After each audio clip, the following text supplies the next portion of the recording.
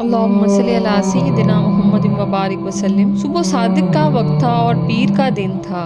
کائنات ایک نئے دن کی ابتدا کرنے کو تھی اور پرندے چہچہا رہے تھے۔ روشنی اندھیرے کو مٹا رہی تھی۔ سورج اپنی چمک سے دنیا کو روشن کرنے کو تھا۔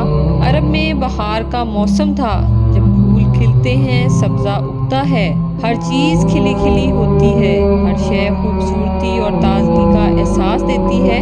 بہار کا پہلا مہینہ ربیع الاول اپنے 11 دن گزار چکا تھا۔ یہ 12ویں دن کی صبح تھی، اپریل کی 22 تاریخ اور سال 571 عیسوی تھا۔ شفا بنت عوف اور فاطمہ بنت عبداللہ بی بی آمنہ کے پاس موجود تھیں۔ بنی ہاشم کا سارا خاندان دعا مانگ رہا تھا۔ سب اس خوشخبری کے انتظار میں تھے کہ بی بی آمنہ کے گھر بچہ پیدا ہوگا۔ عبداللہ کا بچہ، وہ عبداللہ جو سب کا پیارا تھا، وہ عبداللہ جو اپنی جوانی میں سب کو چھوڑ کر اپنے رب کے پاس چلا گیا۔ حضرت عبدالمطلب ہر سانس کے ساتھ اپنے رب کے حضور دعا مانگ رہے تھے۔ اتنی دعائیں تو جناب عبدالمطلب نے اپنے کسی بچے کے لیے نہیں مانگی تھیں۔ حضرت عبداللہ کی والدہ فاطمہ بنت عمرو کی دعائیں سانسوں کے ساتھ چل رہی تھیں۔ آمنہ کے گھر بیٹا پیدا ہوا تو سمجھیں گی عبداللہ مل گیا۔ ہر طرف خوشبو پھیلی تھی، ایسے میں اس قدر روشنی پھیلی کہ دور دور تک دیکھا گیا۔ مبارک ہو، مبارک ہو، بی بی آمنہ کے گھر بیٹا پیدا ہوا۔ ہر طرف یہی آوازیں ہیں۔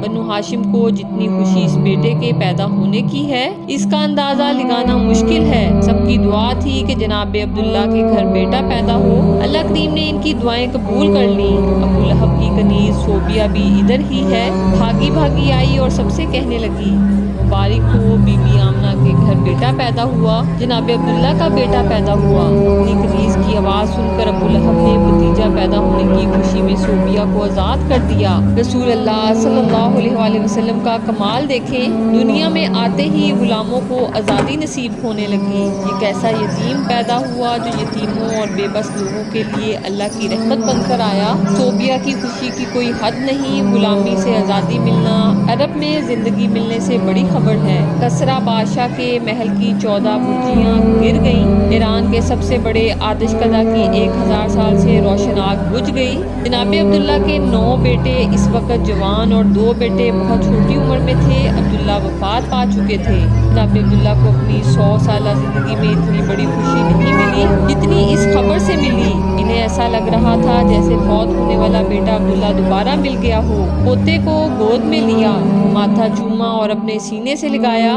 اس قدر خوبصورت بچہ، یقیناً یہ بڑے نصیب والا ہوگا۔ جناب عبداللہ اپنے خدا کے حضور سجدہ شکر بجا لائے اور کعبہ کا طواف کیا۔ سب سے پہلے رسول اللہ صلی اللہ علیہ وآلہ وسلم کو حضرت بی بی آمنہ نے دودھ پلایا۔ اس کے بعد صوبیہ نے رسول اللہ صلی اللہ علیہ وآلہ وسلم کے پیدا ہونے سے 6 دن پہلے جناب عبدالمطلب کے گھر سیدہ حالہ سے بیٹا پیدا ہوا۔ اس کا نام حمزہ رکھا گیا۔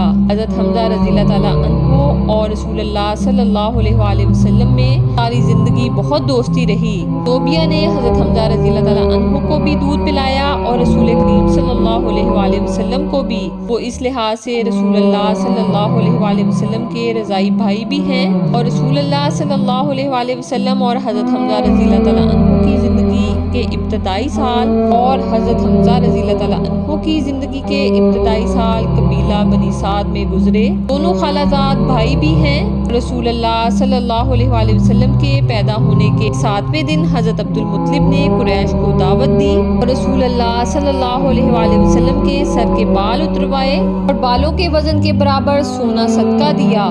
اس موقع پر جناب عبدالمطلب نے سب سے مبارکباد وصول کی۔ آنے والے مہمانوں نے پوچھا، بنی ہاشم کے سردار نے اپنے پوتے کا نام کیا رکھا؟ جناب عبدالمطلب نے کہا، میرے پوتے کا نام محمد صلی اللہ علیہ وآلہ وسلم ہے۔ قریشی سردار بولے، یہ نام تو آپ کے خاندان کے ناموں سے مختلف ہے۔ حضرت عبدالمطلب کہنے لگے، مجھے یقین ہے کہ میرا پوتا بڑی عزت پائے گا اور دنیا جہان میں اس کی تعریف کی جائے گی، اس لیے میں نے اس کا نام محمد صلی اللہ علیہ وآلہ وسلم رکھا ہے۔ اب سرکار صلی اللہ علیہ وآلہ وسلم کی زندگی کے متعلق آگے اور بھی باتیں بتائی جائیں گی۔ یہ باتیں اپنے تک محدود نہ رکھیں بلکہ دوسروں کو بھی بتائیں اور اپنے بچوں کو بھی بتائیں اور دوسروں کے ساتھ شیئر کریں کہ پیارے حبیب پاک صلی اللہ علیہ وآلہ وسلم کی محبت ان کے دل میں موزن ہو۔ اللہ کریم ہمیں اپنے پیارے محبوب صلی اللہ علیہ وآلہ وسلم کے ساتھ سچی سچی محبت کرنے کی توفیق عنایت فرمائے، آمین۔